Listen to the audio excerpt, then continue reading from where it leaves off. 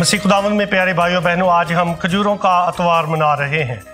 जब यीशु मसीह शागिर्दों के साथ यरूशलेम में दाखिल हुए तो गधी के बच्चे पर सवार होकर यरूशलेम में दाखिल होते हैं और यकीनन यीशु मसीह का गधी के बच्चे का चुनाव करना खुदा के इलाही मंसूबे को जाहिर करता है कि खुदा यीशु मसीह की बादशाही इस दुनिया की नहीं है, और दूसरा ये कि वो दुनियावी बादशाहों की तरह हुकूमत करने वाला बादशाह नहीं है, बल्कि वो पुरअमन बादशाह है। वो बादशाहों का बादशाह है और पुरअमन बादशाह है। वो मेरी ज़िंदगी का बादशाह है, वो आप सब का बादशाह है और वो हम सब का बादशाह है।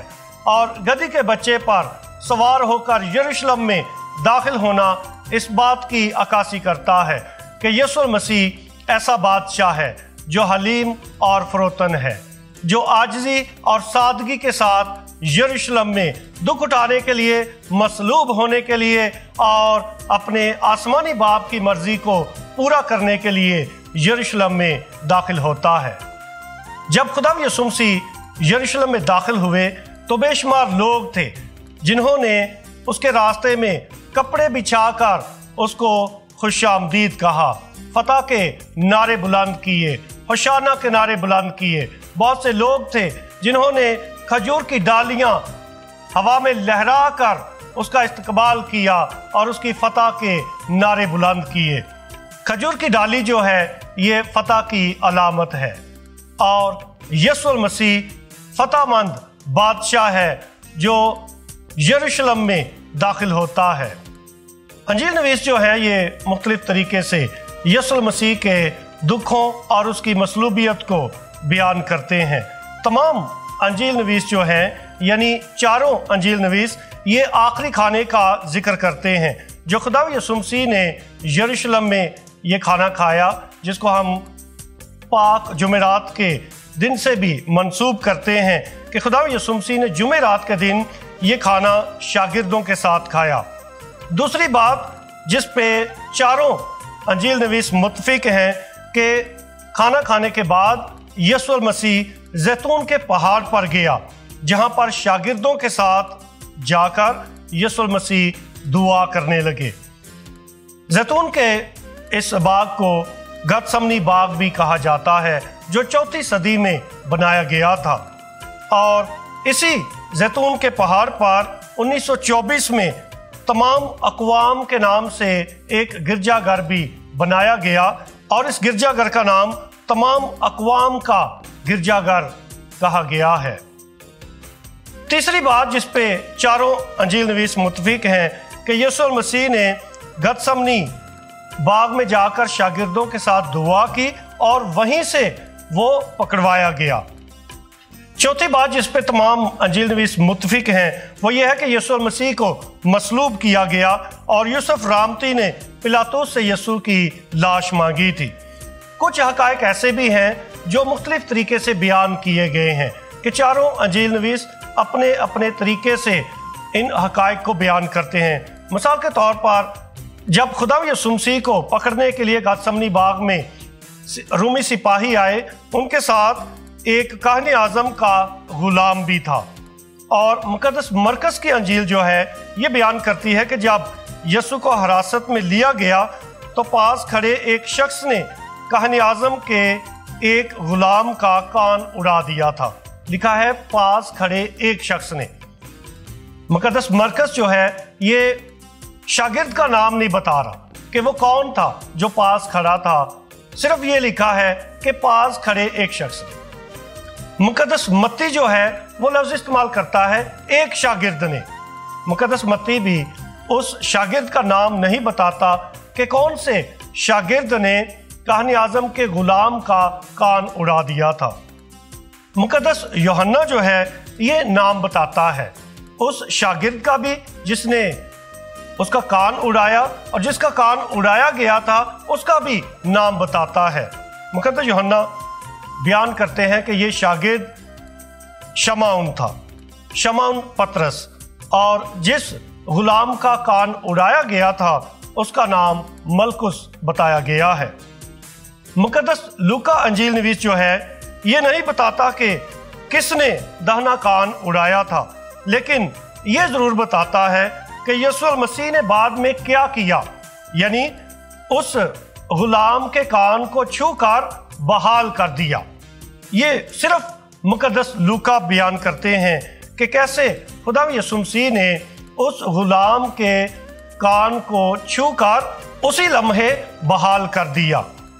यकीनन शफाया अमल जो खुदा यीशु मसीह ने उस वक्त जब गतसमनी बाग में उसको मुखालफीन पकड़ने के लिए आए, तो ये शफाया अमल खुदा यीशु मसीह ने दिखा दिया, यानी शमौन पतरस ने उसका कान उड़ा दिया, लेकिन खुदा यीशु मसीह उसको छूकर शफा देते हैं, बहाल करते हैं।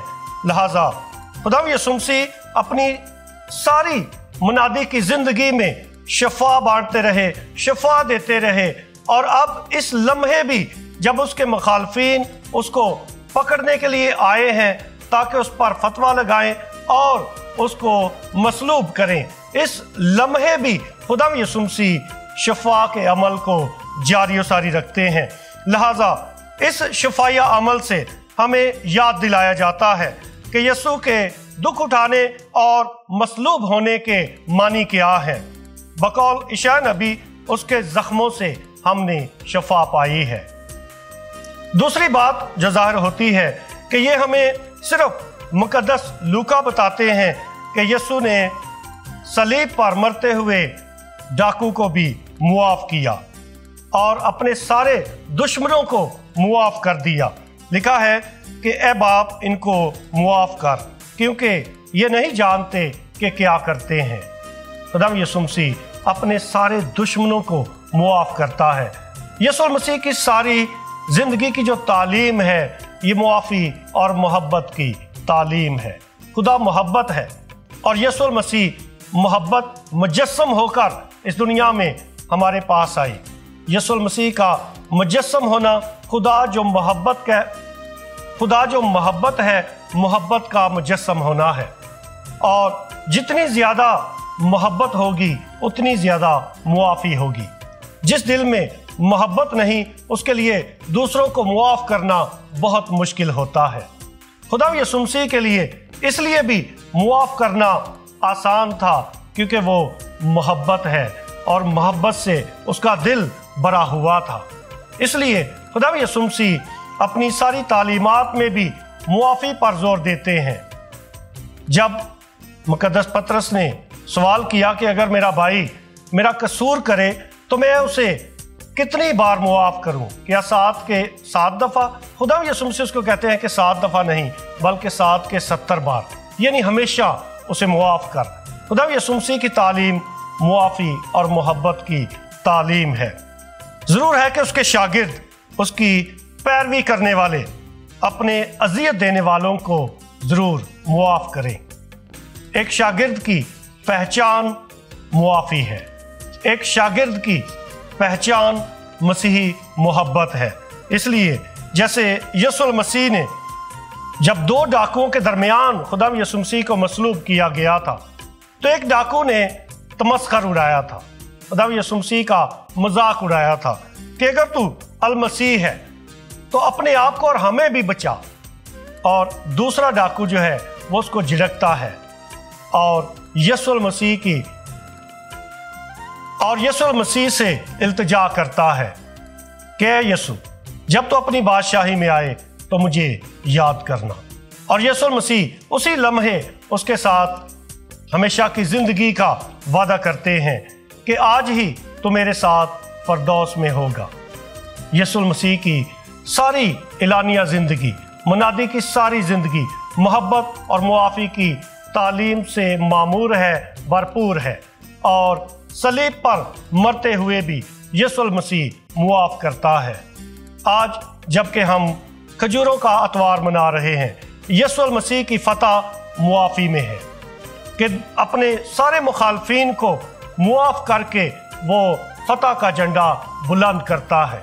इसलिए आइए हम भी दूसरों को मुआफ़ करके दूसरों के दिलों को जीत ले, बदला लेने से नहीं, नफ़रत के साथ नहीं, بلکہ محبت اور معافی کے ساتھ دلوں کو فتح کریں۔ خدا ہمیں ایسا کرنے کی توفیق دے، آمین۔